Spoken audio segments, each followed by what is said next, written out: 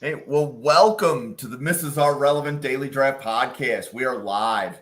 I am joined by Durst, Dalton, Randall, and Greg, and we're going to be doing a preview of the Penn State draft class and talking about maybe the outlook of Penn State for a little bit this year, but we are definitely focused on the draft eligible players for Penn State. Greg, it is good to see you. I think this is the second time over the summer that you have podcasted with draft professors. How are you today? I'm doing pretty well. Yeah, I'm actually in a ultimate team draft versus Randall here. Yo, don't even. And of course, my ultimate team is the guys that beat the Bills in the '90s. I really did. I don't know why. I don't get it. What? Yeah. And Jim, every pick is like somebody getting trounced, a Buffalo Bill getting trounced by either a Dallas Cowboy or somebody else. It's very rude. What? Just Griffin Webb was a nightmare for you guys? Come on. It's all right. I'm going to steal all your players. I got two of them. So I see the draft coming through my Twitter feed. My stories are, Greg, you remember the 52-17 Super Bowl? Yeah. That was my junior year of college. And I was in a fraternity, and I wanted to leave the room, and they forced me to sit down and watch the rest of the game. Well, They held me down. Hey, They held me down. That happened to me in 1986 with these guys because I was up here in Calgary. I was off from the Marine Corps at the time, and I came up here because there was a family wedding, and all these Flames fans had me locked down the night that Steve Smith scored that goal in his own goal against Grant. It was horrifying. Yeah. So I've been there. Yep. Get Canada that cup. Yeah, this year. And Dalton, this is your first time podcasting with us this draft cycle. It is great to see you back on the channel. I know that you use the Draft Professor Simulator in some of your podcasts, but welcome to the 2026 draft cycle with Draft Professor. Thanks, man. I appreciate you having me. It's always good to, get more audience out there. So I appreciate it. Yep. And Durst, second time this summer. How are you? I'm doing great. Yeah, I'm excited to talk about a couple of different individual teams, and we got some quarterbacks we want to talk about later on this week too. And yeah. Well, and let's start by talking about Penn State quarterback Drew Allar. We're going to go through as many of the draftable players at Penn State as we can. But Durst, what are your initial opinions on Drew Allar, the quarterback from Penn State, from a draft standpoint?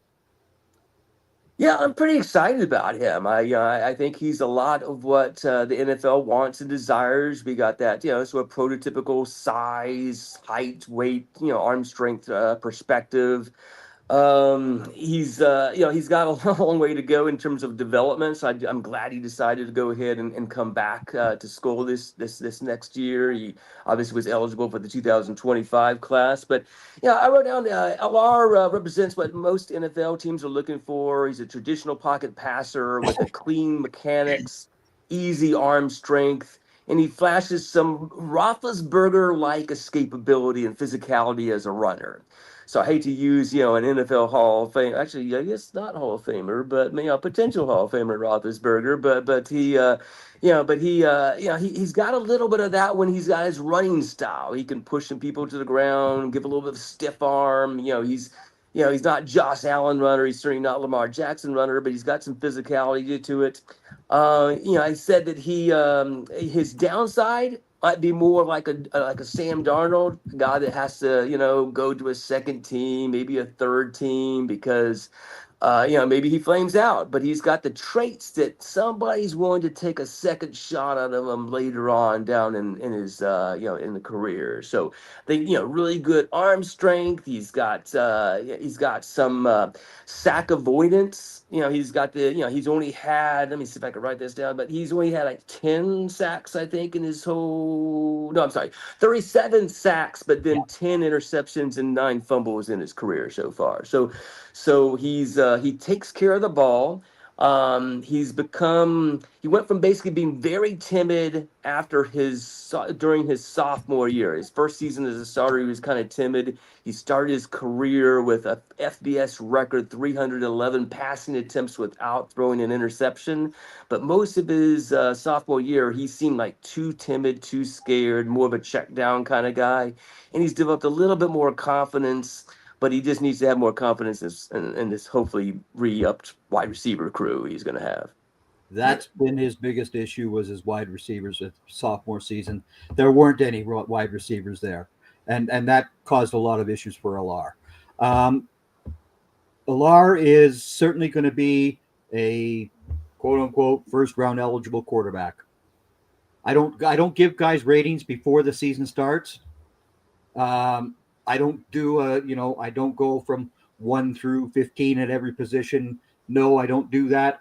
The season needs to happen first. You give me until week 6, and then I'll start giving you some rankings as far as where these guys should end up in the NFL, right? But Allar has really grown. Last year, his growth was much, much better. I think this year with the new wide receivers, that's what I'm waiting to see, because I want to see him show that mid-range game. Yeah, that's what I was going to talk about, was kind of the mid-range game. He's got that arm for the deep balls. He's 50% on passes, 20 plus or more. Really, really good on that deep ball. Only 3 turnover-worthy plays on deep shots. But then if you take the intermediate, he's still just 50% completion in that 10 to 19. And I feel like when he's in that intermediate, he needs to work on pre-snap judgment. He'll look at a little bit of zone coverage, and in those intermediate, he'll set himself up for the second read, and the second read's not there. He'll look left, and then know where he's going on the right, and in zone coverage, they'll eat that up. Kind of showed in the USC game where he threw 2 touchdowns and 3 interceptions. Zone basically killed him that game, sort of thing. So definitely working on that. I agree with everything everybody else said. I think I align with Greg where I don't grade anybody before, but one good reason that NFL teams are going to be looking at him is his red zone and his rushing capabilities and his passing capabilities in the quick. Yeah. So that's going to be huge when NFL teams are looking at him next year. And Dalton, how about you? Yeah, something I don't think anybody else touched on is I'm interested to see how he does without a really good tight end. Even a sophomore year, you get Theo Johnson and Tyler Warren, and both draftable tight ends. And even a freshman year in practice, you had Brenton Strange thrown to too. So this year, Luke Reynolds, Rappleyea, Dinkins, I don't think any of them are going to go for 1,000 yards. So he's going to have to use the outside guys more, and he just didn't use them last year. Harrison Wallace actually had a pretty decent year last year. He got open a lot, and he missed them a lot in the intermediate routes. So like everybody else said, he needs to work on that. But he has a cannon of an arm. His deep shot's probably the best in the draft right now. But Klubnik could catch him. But his deep ball's great, man. He has a cannon, like 6'5", 236. Perfect. He's the biggest guy in the draft, quarterback besides Sellers, but that's a different beast. Yeah. So, Greg, let me ask you a question about Allar. Do you think Allar, based on what you've seen, elevates the players around him, or do you think his success is a product of the players around him? Well, as Dalton mentioned, he did have Theo Johnson, a Canadian, by the way, and then Tyler Warren last year as well. See, I always mention anybody that's a Canadian, Dalton. Yeah. It helps. It honestly helps. He's a giant too, so that's why I had to mention him. Well, there you go, right? He could play for those New Jersey midgets for a while, I guess. But Allar last year started to show more signs of being the leader of that team, though. Warren was, of course, their superstar receiver, et cetera, et cetera. But Allar showed a lot of leadership, especially in the playoffs. So I think this year he's going to have to find that new tight end. I think it could be one of 2 tight ends. But we'll see what happens with the tight end room in Penn State. But again, he needs to have the same type of blocking in front of him that was available to him prior. Because if you're not getting blocks, well, you're going to be a sitting duck, especially against the Ohio States and teams like that, right? Mm-hmm. Yep. So Durst, do you have any opinion on Allar? Does he raise the level of the players around him, or is he the product of the players around him? Do you have a take on that one way or the other? Yeah, I would say that he hasn't really raised the level of the players around him yet, but I think he has the potential to this year. So I do think he needs to he needs to help create a better wide receiver core. Yeah, they brought in three guys. I think all of them were, three different transfers, and we're hoping that revamped wide receiver core, plays a little bit better. But I think he needs to kind of create for them. Certain ones of them are quicker guys that can separate. Certain ones of them are more of a contested catch guys, and that catch the ball high up in the air. But for the most part, they don't have I don't think they have a complete receiver on that roster, and Yeah. so Yeah. I think he needs to help raise the level. One thing I'm excited about him doing is that Tyler Warren got a lot of quarterback snaps. He was he was the wildcat quarterback. He threw a couple of passes. He ran a bunch from the quarterback position.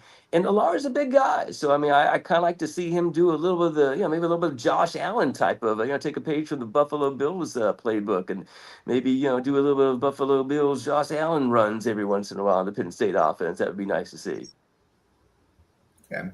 So, anybody else have anything they want to add on Allar, or do we want to pivot to Nick Singleton? Let's pivot.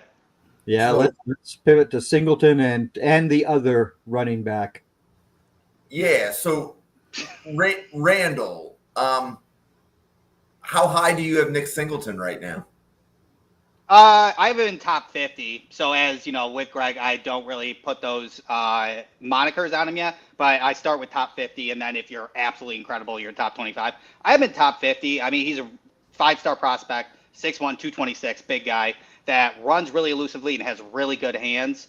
His catch and run super fluid, which I love out of that backfield, and is a kind of safe haven for Allar in that situation.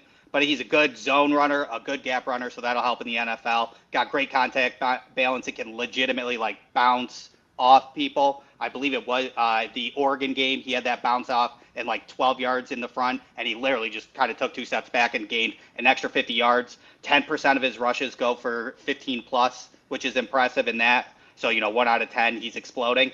He's got good vision. He's a powerful running back. His catches he got 5 touchdowns in his receiving. His route running's pretty good. He can run a good seam out of the backfield down the middle. He did that against Oregon as well. So I have him in my top 50. I didn't put him in my top 25 yet, but I do expect both running backs to have a pretty good year.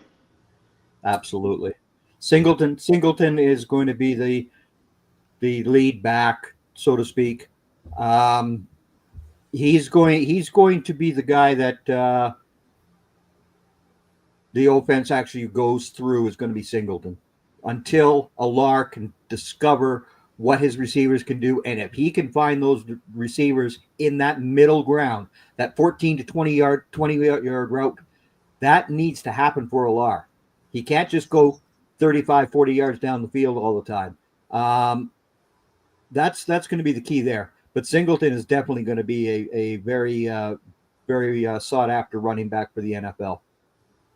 And Dalton, how about you? What do you think of Singleton? Man, he's a beast. He's a true 3-down back, I think.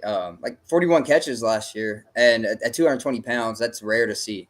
Mm-hmm. Usually they don't run good routes, have brick hands. That's impressive. 4th in yards per carry in the country last year, and having Allen really helps him, I think, because he stays fresh the whole game. You can keep rotating him. If he's fresh, that's when he's dangerous. I mean, 4th in yards per carry, he's explosive. You can't really put a linebacker on him in pass coverage either, or he's going to eat him up. Mm-hmm. And most safeties can't really guard him either. So he's just a mismatch in coverage and in the run game. Great vision, and his pass blocking is really underrated too. He ate a lot of pancakes last year. Yeah. And Durst, how about you? What's your opinion of Singleton? Yeah, so this year I've been doing some numerical scoring system, even during the summertime, and one of the first position groups I got to was running back. He actually finished second in my running back scoring system, and what I do is I go through 10 different categories and then rate them 1 through 10 in each category, with the 5 basically being just NFL average. So if it's a quarterback, and I think he's just got an average arm, he gets a 5 and so forth. So with Singleton, I gave him a 9 on acceleration. I gave him a 9 in terms of deep speed. I gave him a 6 in terms of vision. I gave him a 6 in terms of contact balance. I gave him an 8 in terms of ball security. Very few, I think like 1 fumble in his career. I gave him a 7 in terms of elusiveness. I gave him a 6 in terms of power. I gave him an 8 in terms of hands, which includes ball tracking and some routes in there too. It's not just simple hands. And I gave him an 8 in terms of blocking. And with blocking, Penn State actually does a lot of their tailbacks doing some run blocking. Him and Allen block for each other. Both of them would do a little bit of blocking for their tight end who's running the Wildcat quarterback, and both of them would do some run blocking when Allen runs.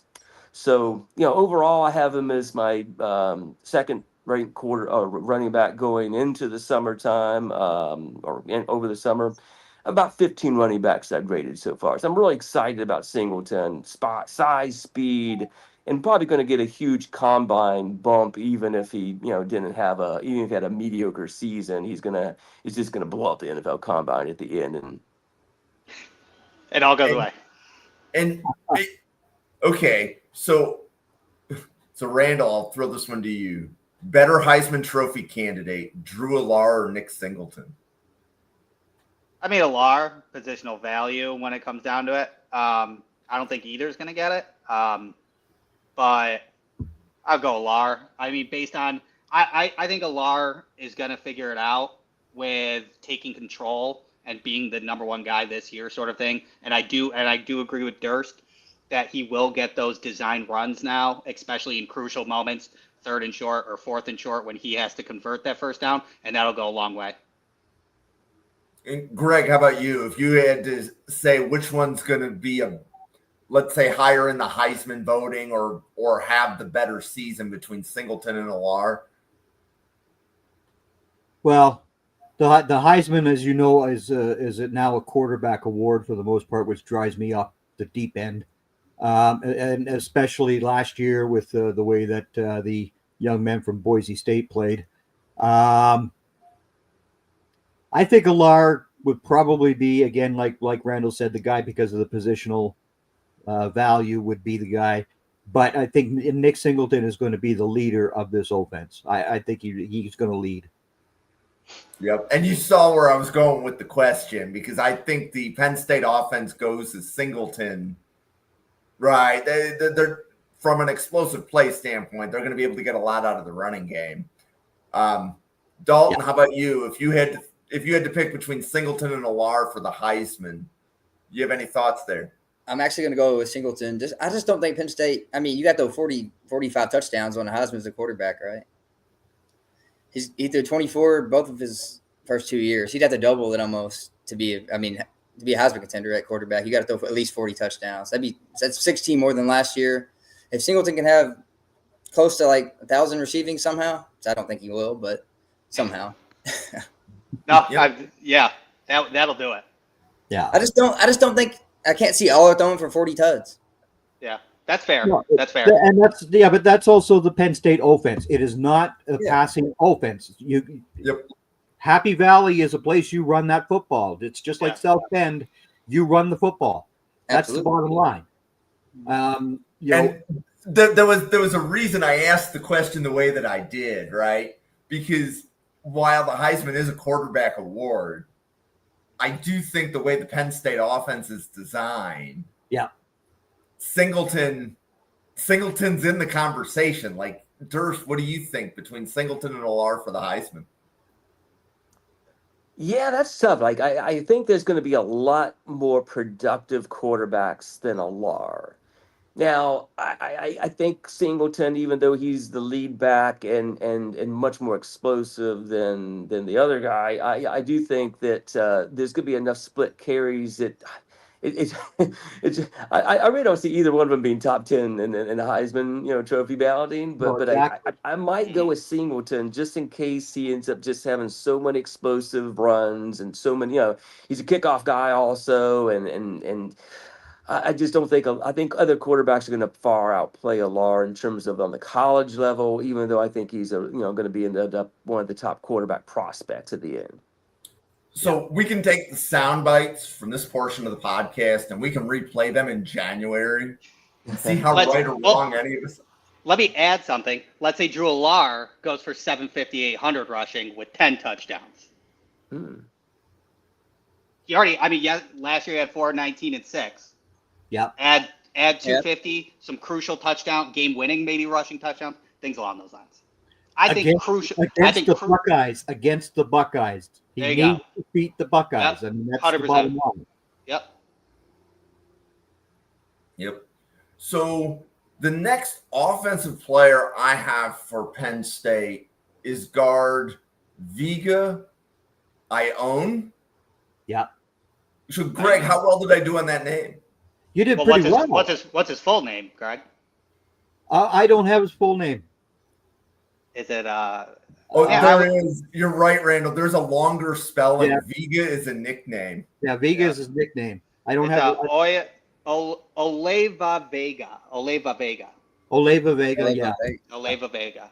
Yeah. Yeah, that sounds about correct pronunciation wise. Is Oleva Vega. Yeah, so I think Penn State. We're going to have a lot of offensive linemen for Penn State. We're going to talk about here. So Vega Ioane. So Dalton, what do you have on him? He was second team All Big Ten last year, coach and media poll. He started every game, and then I watched him film on him, and he's just a mauler. He's a Polynesian, and they all seem to play alike, and that's a compliment. They never get manhandled. They manhandle everybody. And he's not the fastest guy in the world, but he's going to play inside for sure. But you ain't going to bull rush him at all. Great run blocker. He needs some work in the pass. Like I said, he's not the fastest of foot. But in the run game, you can run behind him and get 4 yards of carry every time in the college game. And Durst, how about you? What do you have on Vega Ioane?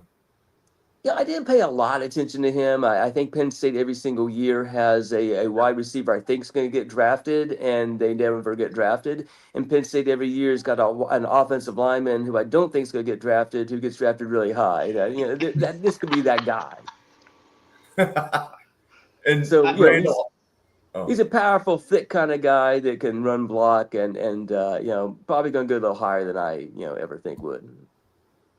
So, Randall, how about you? What do you have on him? Yeah, he'll probably become a fan favorite because Penn State does weird alignments, and he's been out on the slot or out wide, moved inside while running, sort of thing. So he'll probably be a fan favorite throughout the year, which I love, and I do love him as well. I'm doing full defense before I hop into the offense. This is the first offensive team I've done, but I really like him as a guard. You're right, super powerful, good anchor. Does need to work on some pass pro. He does a really good job at chipping. If he chips a tight end and then helps on the inside, he does that very well. I think the one thing I'd like to see is him work more with Shelton on stunts. I think they run into each other a little bit too much on stunts on the inside, and then that causes a pressure. But between that, I think that's really all I kind of saw out of him that he needs to work on, and I think he's going to have a great year. I like him. And Greg, how about you? I'm pretty much in agreement with Randall. When he does get that issue with Shelton, I'm looking at Shelton be more at blame for those issues currently, because I don't like the way that Shelton handles those moves at all. But again, playing tackle in college versus tackle in the NFL is two totally different beasts these days.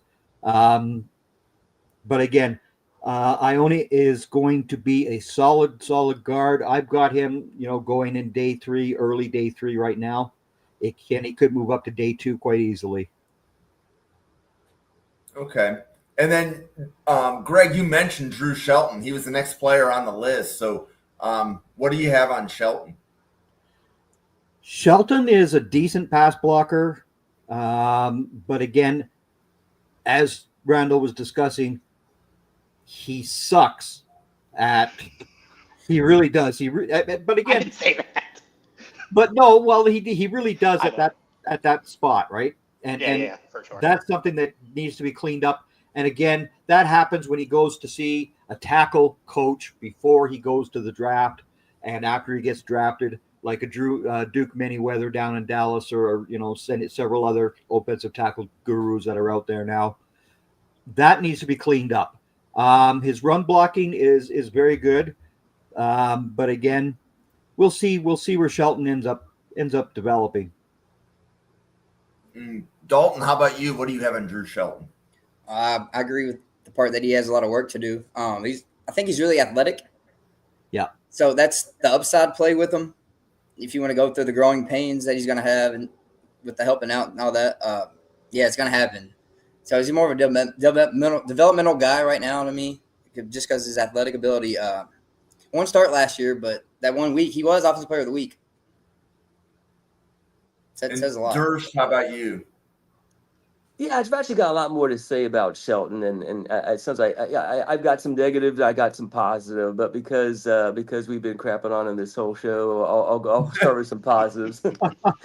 So he's got prototypical size, frame, and length of the NFL tackle with good but not great foot quickness. Parentheses, ability to redirect, get on screens, pulling, getting to second level blocks.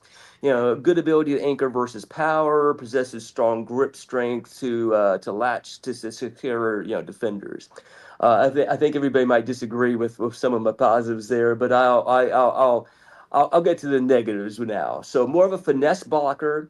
Not a mauler in the run game, just okay getting to the second level, rarely utilizes his arm strength advantage to its fullest capacity, can struggle to mirror and carry speed off the edge in pass pro, and then struggles when pass rushers try to dip and bend the edge. That sounds a little bit more like what you guys think about him. Yes. Yeah, I would like to see him gain a little weight. I saw it's 308, correct? Yeah, I think he needs to gain a little weight. And Durst, you pretty much nailed it. I do there are some good things about Drew Shelton. I do agree. And his kick slide's good. It's short, but in his 45-degree set, but he can handle it. But Durst, you pretty much nailed it. That edge, coming at if he's coming at past 5-eye, so if it's 7-eye and he has a little bit more space, he loses his anchor because of that extra momentum. And if an edge is coming at 5-eye, he could pretty much, his initial stab will come, and then if the edge just dips around him, he doesn't have that speed to recover, and he gets blown by 3 or 4 times a game, sort of thing. So Durst pretty much nailed it. Awesome. So 2 more offensive linemen, and just based upon the discussion, I wanted to do Nolan, Rucci. I'm assuming he is the other offensive tackle next. So Randall, what do you have on Rucci? Sure. He right tackle. Came in as a starter late in 2024, had 6 starts, 13 pressures, only 1 sack with 4 QB hits. Got to work on his kick slide. His kick slide's a little funky. He kind of he pulls back, but then he doesn't bring his other foot with him. It just doesn't kind of glide together. Run blocking good, like Drew Shelton sort of thing. They're all good run blockers because they're always moving the offensive line and moving the pocket around and stuff like that. So run blocking's good. I think what I'd like to see him work on, because obviously he's only had 6 starts in 2024, so 2025 he should start full time at right tackle. Hand placement and grip strength when he's blocking in that game. Sometimes he's on the outside, loses leverage, or he just doesn't have that grip, and an edge can rip and move along. So that would be my number one thing for Nolan Ricci, would be hand placement and grip strength to hold blocks. Yeah. And Greg, how about you? I'm totally in agreement with what Randall just described. His hand strength is something that is needing to be improved, but again, he's going to be there for another year. That's the key thing. He's going to get this full season now. And again, the offensive line coaches at Penn State do a pretty decent job of teaching these guys. So I got some high hopes for Rucci. Me too. And Dalton, how about you? Yeah, actually, I got more on him than Shelton. So I got strengths and weaknesses for him. I think he does a good job on the second level. He gets vertical and he can get in space. His combo blocks, he's done a really good job showing he can do that, and especially going the backside and reaching. Better than expected athlete. And he's improving in pass protection. You could see it every game last year. He got better in pass protection each game, and that's what you want to see, especially for a lineman. Does a good job working with teammates and building the pocket. So, if somebody's in the wrong space, he can try to correct it and still keep his block. And he plays with good balance. And the bull rush doesn't really affect him. Even though he's only 308, you would think man, he might get ran through, but he really doesn't. And weaknesses, he struggles to mirror quicker defenders. You can definitely beat with speed. His feet are good, but not great. So speed on the edge, like I said, is a problem. And as a pass protector, he's a little raw. Like, he looks unnatural sometimes, just choppy out there. But like I said, he's gonna improve a lot. I think he can really move up on the boards. Durst, how about you? I didn't watch him as much, but he's kind of not my style. Like, I think he's listed at 6'8", and I don't really love those types of body styles where they're a little bit high cut, a little bit of a waist bender. They have a little trouble, when they're redirecting. If they get beat, they have a little trouble recovering and things. So I watched him not as much as Shelton, but he wasn't my cup of tea as much. Okay. And then one more offensive tackle, and I know from the chat, I believe Anthony Donko still has another year of eligibility. Yeah. Is he worth discussing right now? I didn't watch him. I don't see him coming out this year. I really don't. I think he stays. Okay. He'll be a swing tackle this year, and he'll stay. Yeah, I don't have much on him at all. Mm-hmm. Yeah. And There's then, not really a spot for him to start this year unless there's an injury, because the guards are settled and the tackles are settled. And then I believe guard Alex Birchmeier, who is also on the list, is an underclassman as well. Is that correct? Yeah. Okay. So out of those 5 Penn State offensive linemen, who do you guys think is, from a draft standpoint, is drafted the highest? Right? Because it sounds like, and here's where my question's coming from. If I'm just like listening to you guys and I'm trying to decide who's the highest, Ioane sounds like he's the better player, but NFL teams value tackle more. So if you were to put on a projection, and I know like Greg and Randall, you try not to do that, but if you had to say who's a more valuable draft prospect between the tackles and the guards? Well, again, it's going to depend on what team is drafting in what spot, right? I mean, look at the Cowboys this year; they went to the guard, Right. Yeah. So we don't know who's going to be in the situation where they could need a guard in round 2 or 3, and Ioane would more than likely be the guy that gets picked from the Penn State Nittany Lions, in my opinion. Right. And actually, so Greg, and that was kind of where I was going, is that I'm thinking from a draft perspective, Ioane sounds like the highest rated prospect on the offensive line. But again, that's minus without seeing any games from this year, right? So Right. That's why Randall and I don't like ranking guys, because we haven't seen them play this season. And I was looking more for a who do we think is the better prospect on the offensive line, or who do we think is the favorite prospect on the offensive line? I've got to say it's Ioane. Good. Go ahead, Randall. Yeah, I think it'd be tough to beat out Ioane, but I think Rucci only having 6 starts in his foundation and his traits, and including positional value in the tackle position, could jump him. It's up to his ability in 2025 for sure. And Dalton, I see you nodding your head yes. I like Rucci a lot. I just think he needs to put on a little bit of weight. That's it. I'm in. Durst, any additional input there? I mean, I have them all as basically day 3 offensive linemen. So I do agree with Greg. Let it play out and see if anybody can raise their level. Yeah. Probably would side with Shelton just because of the offensive tackle, and he's only played left tackle. I don't think he's played any other position, which kind of limits his positional versatility. But some teams may say, well, we need a guy who can play swing tackle. We can teach a guy to play right tackle. So I'd lean to him. But I mean, we're talking about hair, So yeah. Okay. And then we've got 3 more skill players on offense to discuss. I'm going to say Kaytron Allen, but Greg, you will immediately correct me. And what nickname do you give Kaytron Allen? Well, he's known as Fat Man, and that is because his mother called him He was a little fat man when he was born, so that's what he prefers to be called, as fat man. And There if you go. mama says you're a fat man, you're going to listen and you're going to be fat man. So Kaytron is going to be the other back. It's going to remind folks of the Ohio State pair from last year in many different ways, because Kaytron Allen could also receive the ball just as nicely.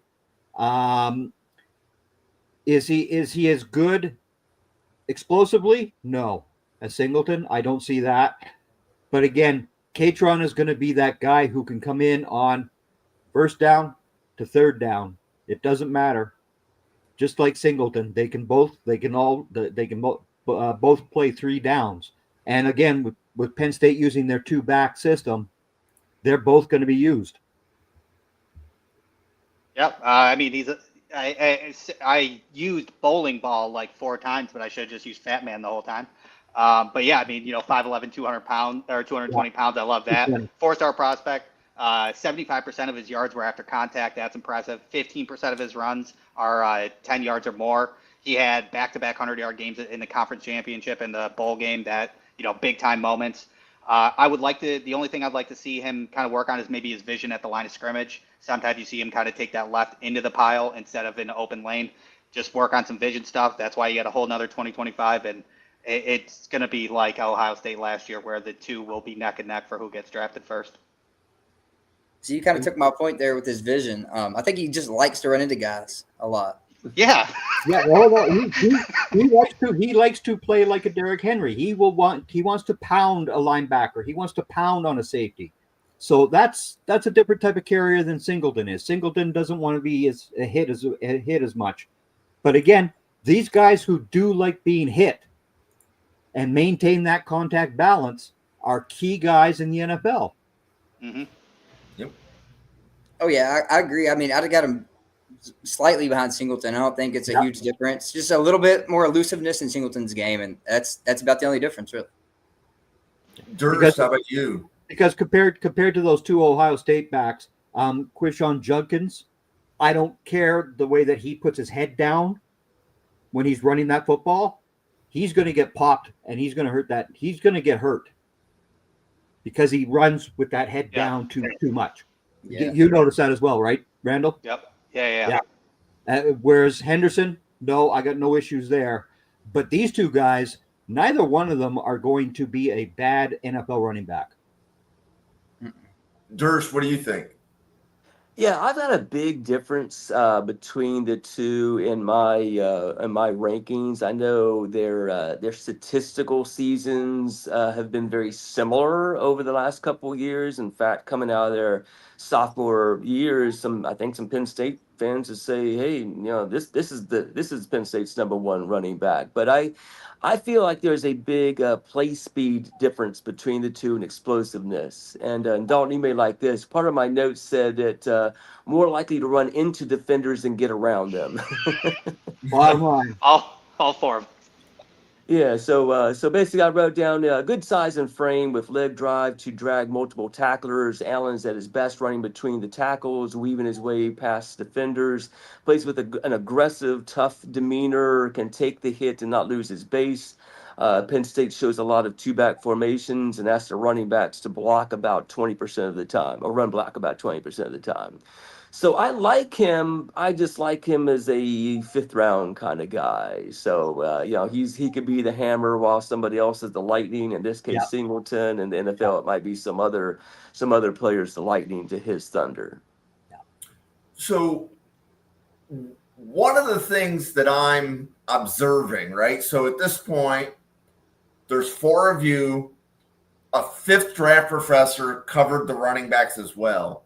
And my question is, Greg, for you, what is the gap between Allen and Singleton to you? To me, Singleton is a better overall back, and he also receives the ball better out of the backfield than Allen does. But again, Allen wasn't asked to be the receiver last year that Singleton was. If you put Allen out there on a wheel route, who knows, right? But again, it all depends on what you see them actually do this year, right? Yep. So we don't know what Penn State's offense is actually going to be because they don't have that superstar tight end Allar right Warner. now. Yep. So 100%. So- Dalton, how about you as prospects? Are Singleton and Allen close to you, or is there a decent gap? It's close. It's about system fit, and just like the Judge contention thing, I think Henderson was more explosive. But you see, when Judge can at the combine, Allen could do that at the combine next year. Yep. You know what I mean? And then they could be neck and neck, just like Judkins and Henderson were. So you gotta let the year play out. Yep. Durst, how about you? What is there a decent gap between them for you, or? Yeah, so I got Singleton as like a top 50 type of prospect with the potential to be a round one prospect, and then as I was saying earlier, I have Allen as more of like a round 5 kind of Yep. guy, which I mean has a place absolutely in the NFL. I don't think he's going to bust. I think he's going to be in a part of a committee and he'll have his place. I just don't think it's as a high draft pick in my opinion. You know which team could take both of those backs? Cowboys?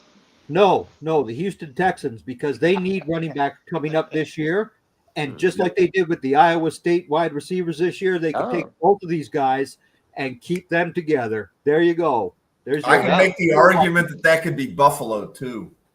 What you talk about? Yeah, I could. If James Cook isn't extended, I could make the argument. Yeah, but Buffalo. yeah. But Randall, how about you? The gap between Allen and Singleton for you, I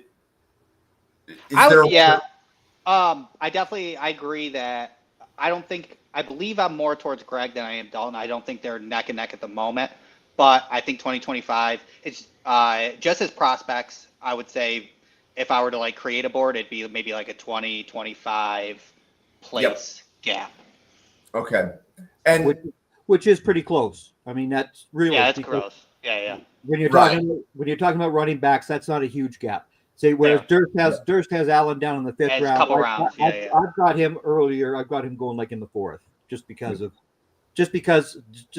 his abilities. I've got him as a 4th round back currently. So Durst, wide receiver, Kyron, Ware-Hudson.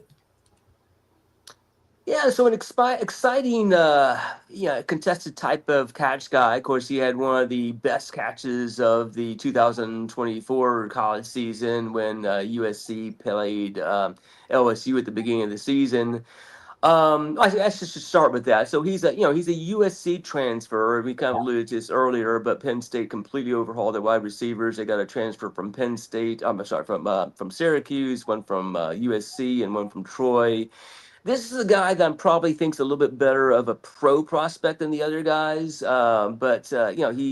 He doesn't separate great. He's not great after the catch. He has what seems to be huge hands. He's able to pull off the one catch in traffic. So I'm hopeful for this guy. I'm hopeful that Drew Allar and him can do some things this year and open up the passing game beyond just kicking out to the tight ends and the running backs.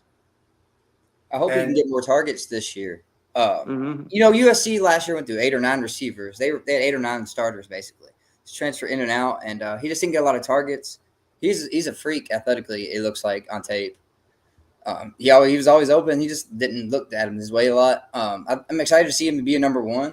If he can fend off Pena or not. Pena is more of a slot guy though, so this is a true number 1 they lacked last year. Yeah, and he's a guy that should be able to get enough separation in that middle ground that we talked about Allar with before.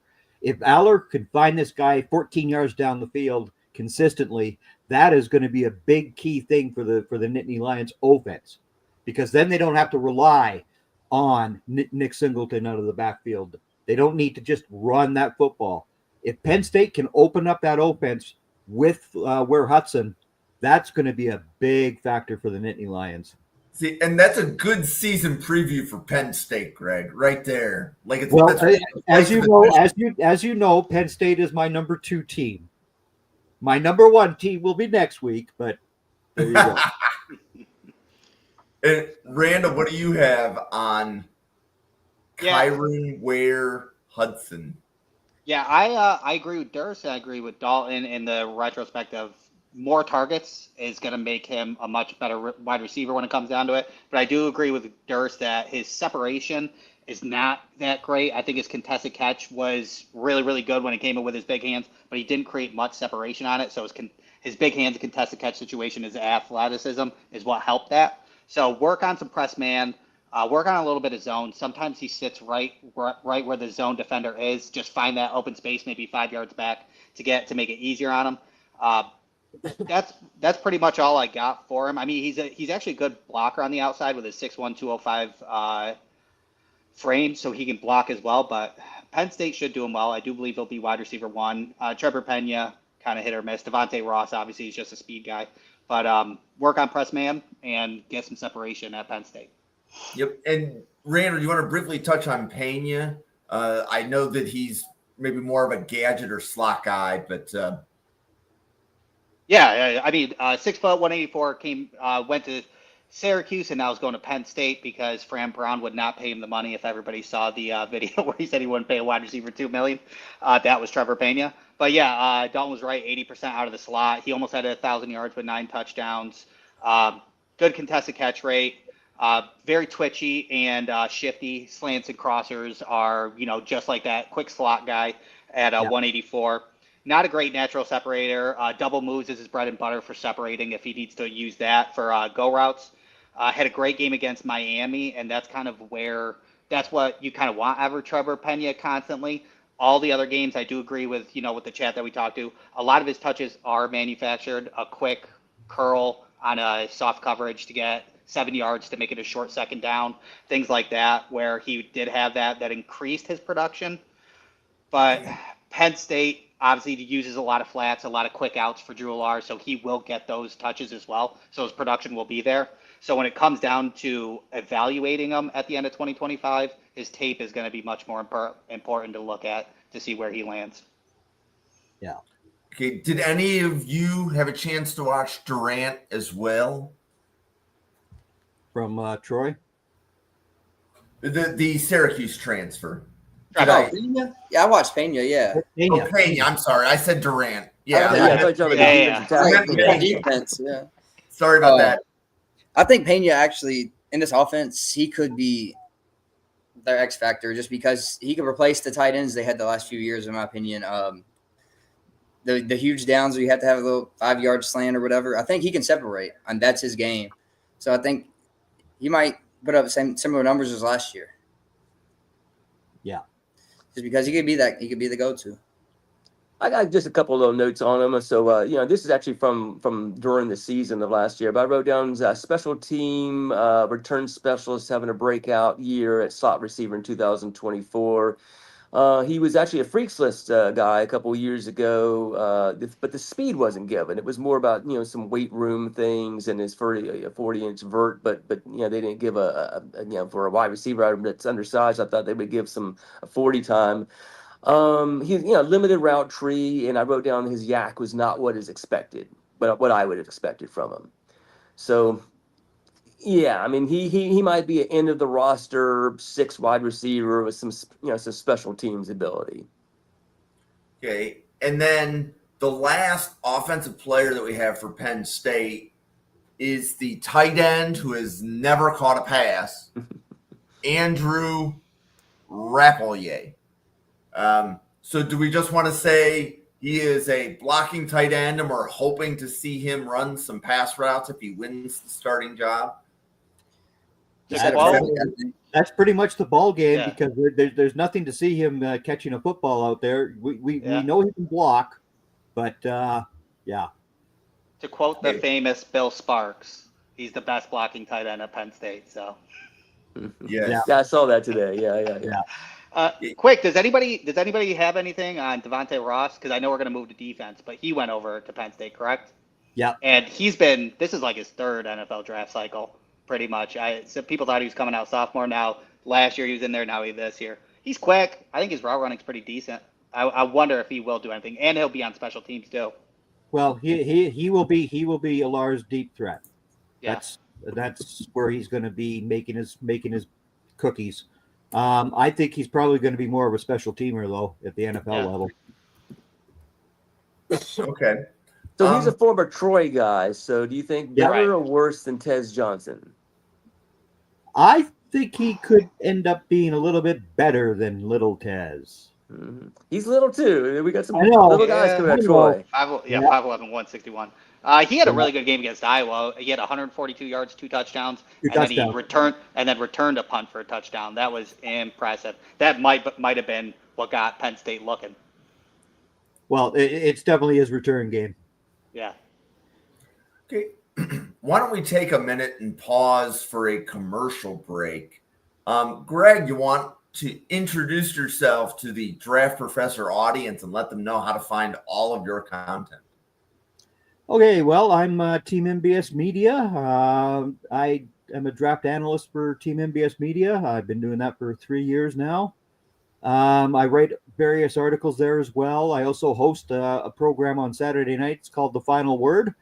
And that's on YouTube and our X channel and all that fun sort of stuff at teammbsmedia.com. And that's what I do. Cool. Randall.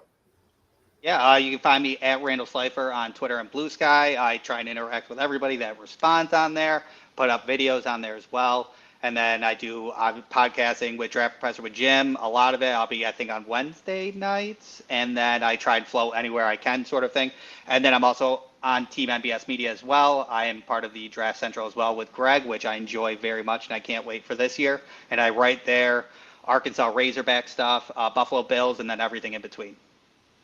And we'll be talking about Taylen Green on Friday. There we go. Dalton. Yeah, I'm with Home Squad Sports. We have a podcast we do once a week during the off season, twice during football season. We really focus on college football mostly, not necessarily the draft, just week to week college football. Talk about Heisman, games of the week, stuff like that. You can find me at Home Squad Sports, Twitter, Facebook, YouTube, and be awesome if somebody will watch, man. Some Durst.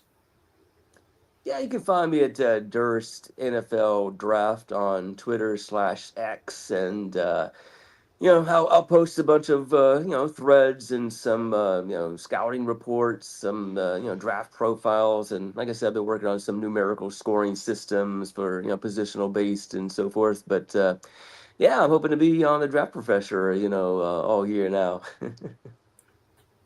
Yeah, so my name's Jim. You can follow the channel at NFL Draft Fanatic. There we go. At NFL Draft Fanatic. No, I am Fanatic. It is the same on X and YouTube. We have daily draft content. So this is our second podcast this week. We did a Clemson preview last night. We're doing Penn State tonight. Tomorrow, I think it's Ioane and Josh doing some NFL team breakdowns. Thursday night, EJ and Bob doing different NFL team breakdowns.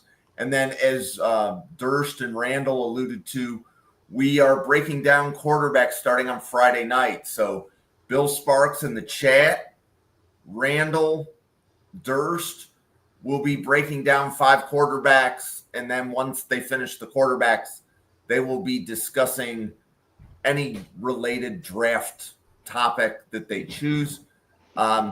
And we always appreciate hitting that like and subscribe on YouTube. It is by far the best way fans can say thank you. That being said, we are now going to pivot to the Penn State defense.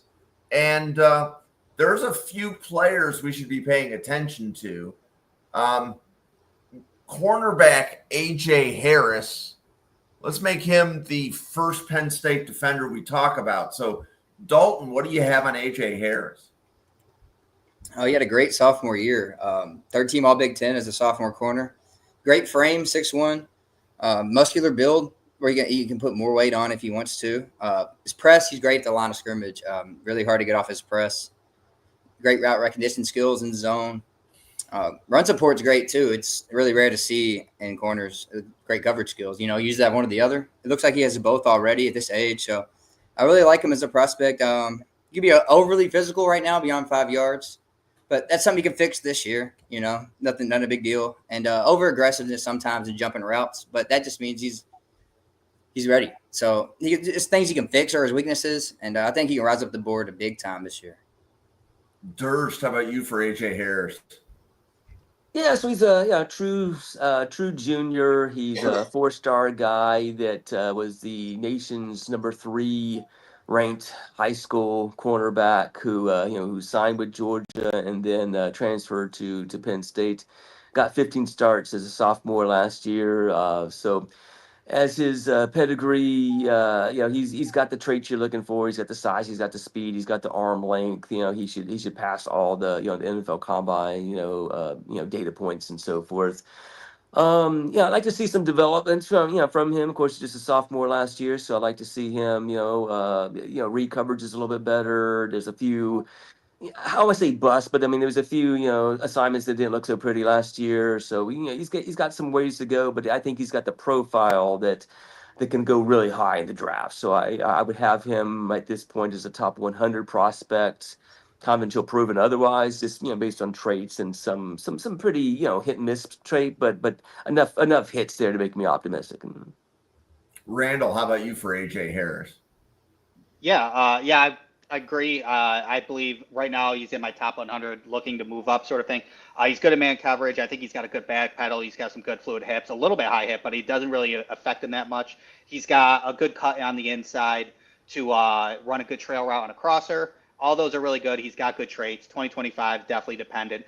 One thing I would like to see him work on is maybe locating the ball on some go routes. If it is a one-on-one on the outside, he'll either incorrectly not look up for the ball to look up and kind of make a play so he can be physical, or he won't at all, and then the wide receiver goes after him. I believe, I can't remember what game I was watching, but they went at him 3 times in a row, and it was 3 for 3 on contested catches on the right side because he just wasn't looking at the wide receiver, and the late hands beat him every time. So just understanding what to do on a vertical route one-on-one, and that'll help his game a lot more. And Greg, how about you? Yeah, I pretty much agree with what Durst and Randall both said about him. I really think that he could use another season after this one. I really think he should come back as a senior. Okay. And I guess the next player on the list would be defensive lineman Zane Durant. Greg, you want to start this one? Zane Durant, he was a guy I put on our list last year. You remember that? He's a very good defensive tackle. He's going to be a very important key this year because Abdul Carter's not going to be there anymore. Durant last year played very well, though. He played very well, and I just expect him to continue his growth as a DT, and I expect him to be like in the 3rd, 4th round pick at this point currently. He could move up depending on this season and all that sort of jazz, but I love Durant. Yeah. Durst, how about you on Durant? I am unreasonably high on Durant. I see him as potentially being the Kalijah Cansey kind of player, or I guess we got 2 Buffalo Bill fans on this one, so maybe I should call him Ed Allar. He's very undersized. He's very short. He's got short arms. He's a little bit light in the pants. He has a little hard time sometimes holding up against Big Ten double teams. So when people go duo against him, I mean, it's the Iowas and the big Wisconsin offensive linemen, he doesn't do so great. But he is cat-like quick. He makes some moves that just seem very unnatural for a defensive tackle.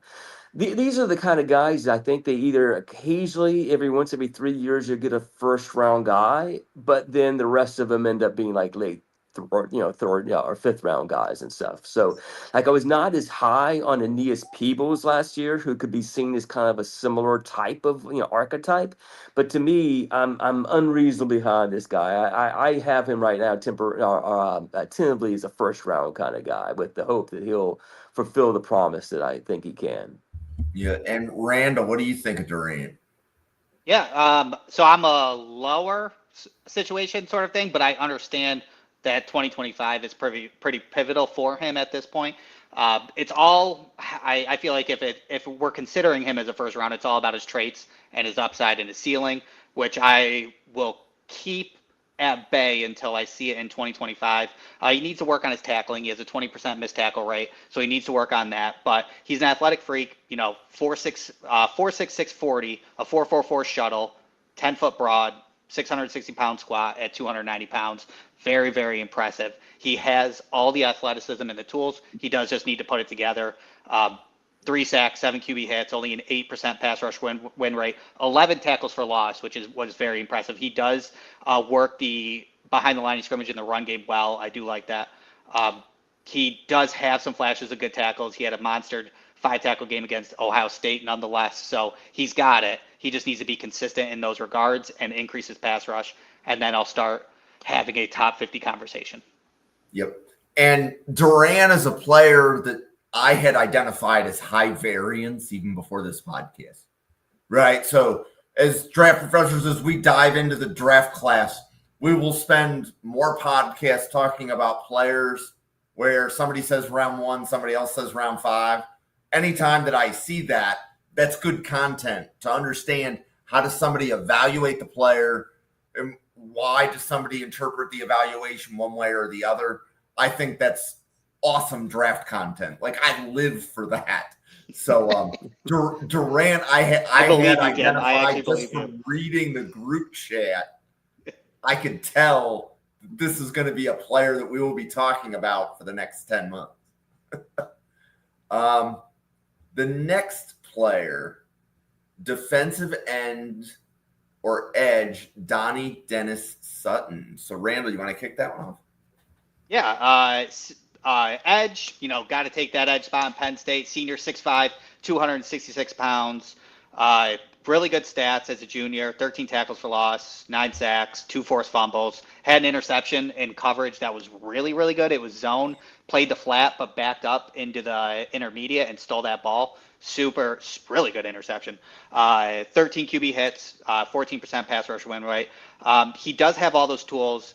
I'm not going to – a lot of people have him in their top 5 edges coming into it, but I'm more or less on the 7 or 8. I think there's a lot of different other edges that kind of hold that number 5 spot, whether it be Michael Kamara from Indiana or our Mason Thomas from Oklahoma, things like that. But Dennis-Sutton is in Penn State, which breeds edges, so I'm sure that this year he will put it all together. And the most assuring thing with Dennis-Sutton is that he had 9 sacks on the year, but his last 5 games he had 6 sacks with a 2-sack game at the end in the last game that was super huge. So he increased his production and increased his pass rush as the year went on, with another year to have. But he has good arm length to keep distance at between tackles. He can gain leverage with his arm length to shed. He's athletic for 266. He has really good closing speed on the outside if in scrambling mode for a QB. He has all the tools. I think he can get into the top 50. He just needs to kind of put it all together. And Greg, what do you have on Sutton? Another name I added to our list last year, Jim.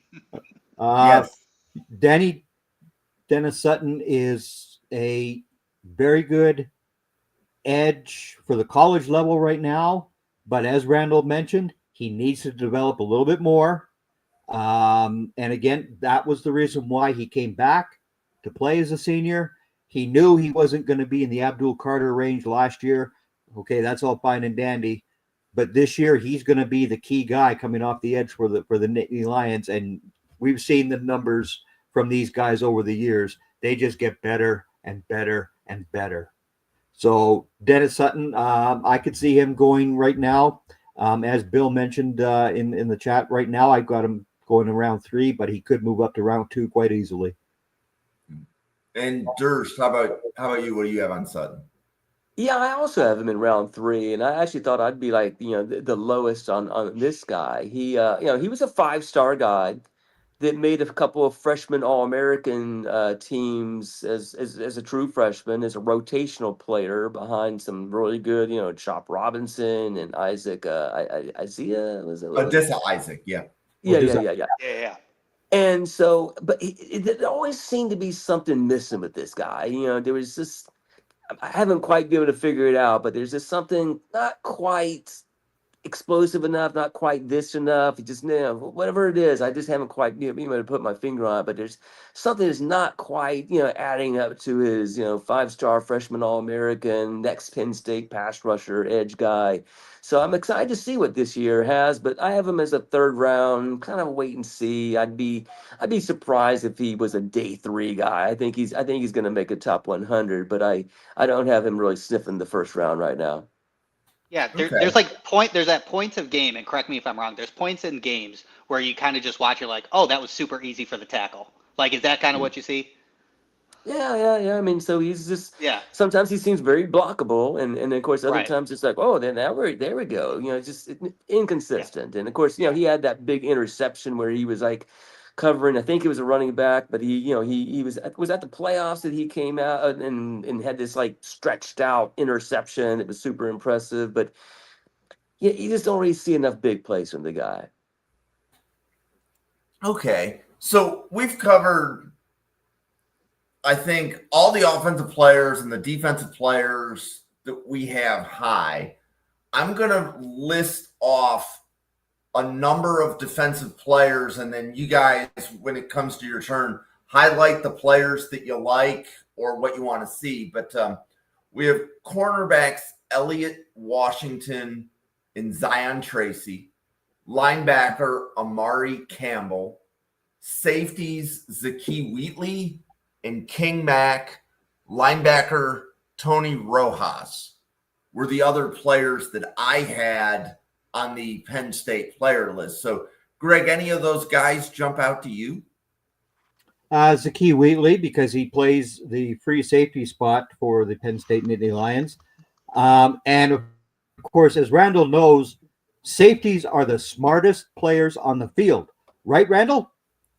100% on the defensive See? side.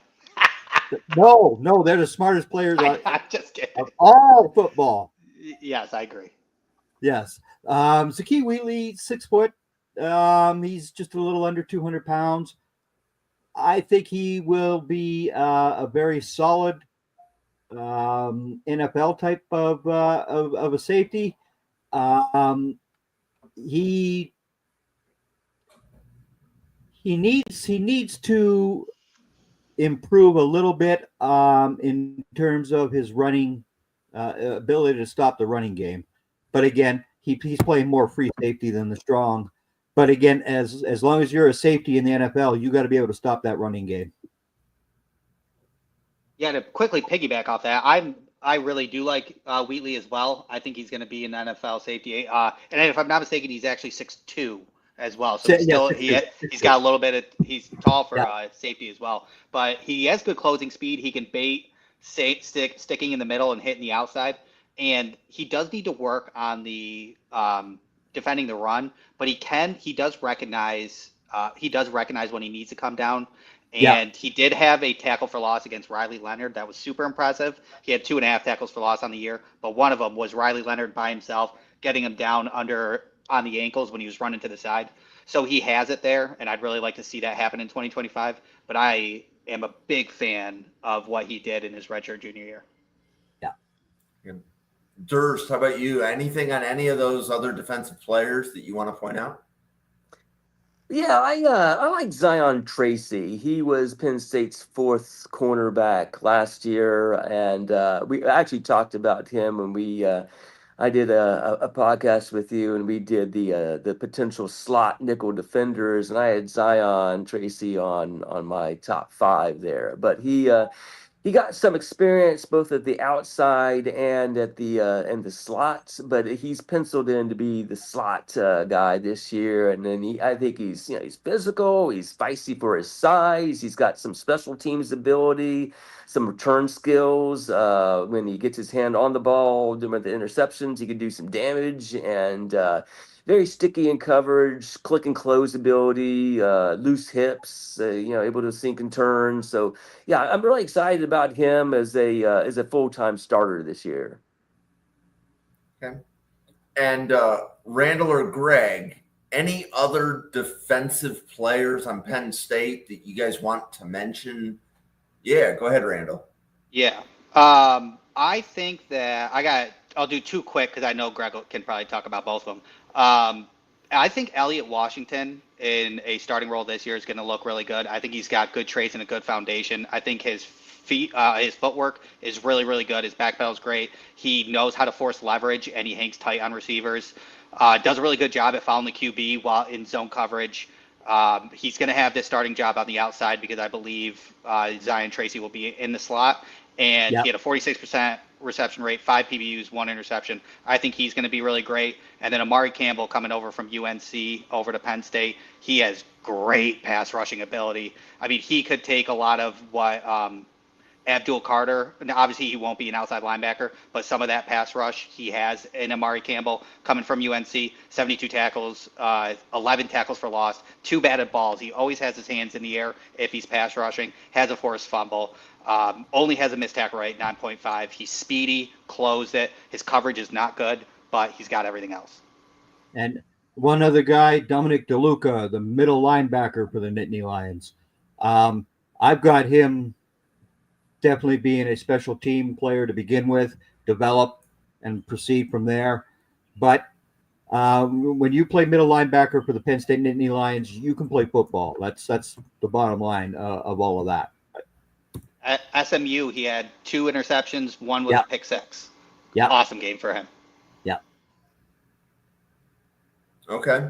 I'll add just a teeny bit to Dominic. I wrote down, went from walk on to team captain, awarded the team's most outstanding special teams award. This is a couple years ago, I think, but frequently plays as a big nickel slot defender. Gives it everything he has, but I wrote down may not possess the size, speed, athleticism combination to be a starter on the next level. So I agree with you guys. Probably more of a special team guy to begin his career. Mm-hmm. So that is a lot of Penn State players eligible for the draft. I didn't like Ohio State. I didn't count, but I think that was about 14 or 16.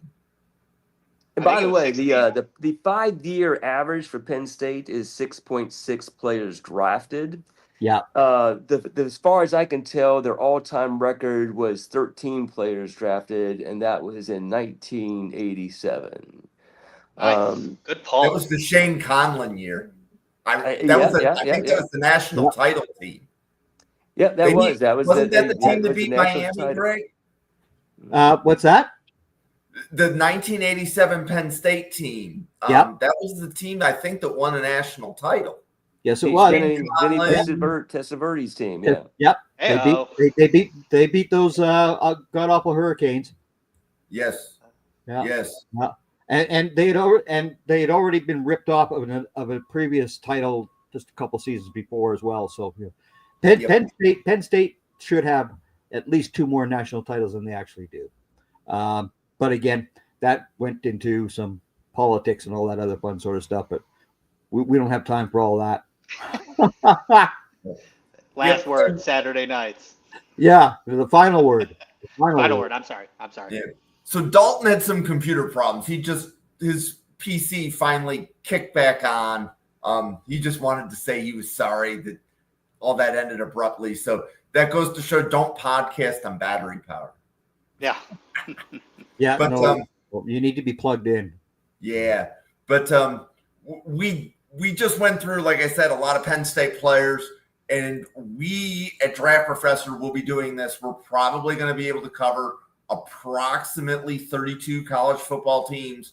So if you want to see your team covered, drop it into the chat. If you're watching this podcast, you're saying, hey, we want to do this school, drop it in. I believe for Tuesday nights, the next several schools will be Notre Dame next week. I believe after that it is South Carolina. Yeah. I believe after that it's Tennessee. Yeah. And then I believe after that it will be North Carolina. So I believe those are the next 4. I've had conversations with several podcasters from other schools. I think LSU is going to be on a Monday. Ohio State, I think, is going to be on a Monday. Greg, I'll try to get Michigan to be on a Monday so you don't have to talk about them on a Tuesday. That's perfect. There you go. Michigan State. That is the school that you talk about in that state. You don't talk about that school up north, period. Yeah, You don't need to. Yeah, so they're actually Owen wanted to cover Michigan State as well. So I believe next week, Monday is Virginia Tech. That's one of David's schools. And then the following Monday is actually Michigan State because that was the school Owen wanted to cover. So we're going to be doing this at on a least, Monday. Yeah. Yeah. We're going to be doing this at least through July. If there's a couple of key schools we missed, it will spill into August. And then When are you doing Arkansas? And we will be doing Arkansas, and Randall's going to get the invite whether we do that on Monday or Tuesday. If we want to do Arkansas that needs to be a Tuesday. That needs to be a Tuesday. We'll get it done. We will definitely get Arkansas on a go. Tuesday. All you need to do is tell me. There you go. I'm a pretty simple person. You tell me who. There you are. Covered. The Arkansas Razorbacks are on a Tuesday night, folks. There it is. Randall and myself will both. That should be like right after July 4th. If I did this right, like North Carolina and Arkansas will be like surrounding July 4th weekend, I think. There we go. But you know who Arkansas plays, right, in Fayetteville? They're going to be playing the Fighting Irish this year. You betcha. I'll buy the ticket if you get the plane. Cool. Well, for Greg, Randall, Durst, myself, the 80 podcasters at the Draft Professor, thank you very much for watching, everybody, and we will see you on a podcast again tomorrow night. Thanks, everybody. You. See you guys. Perfect.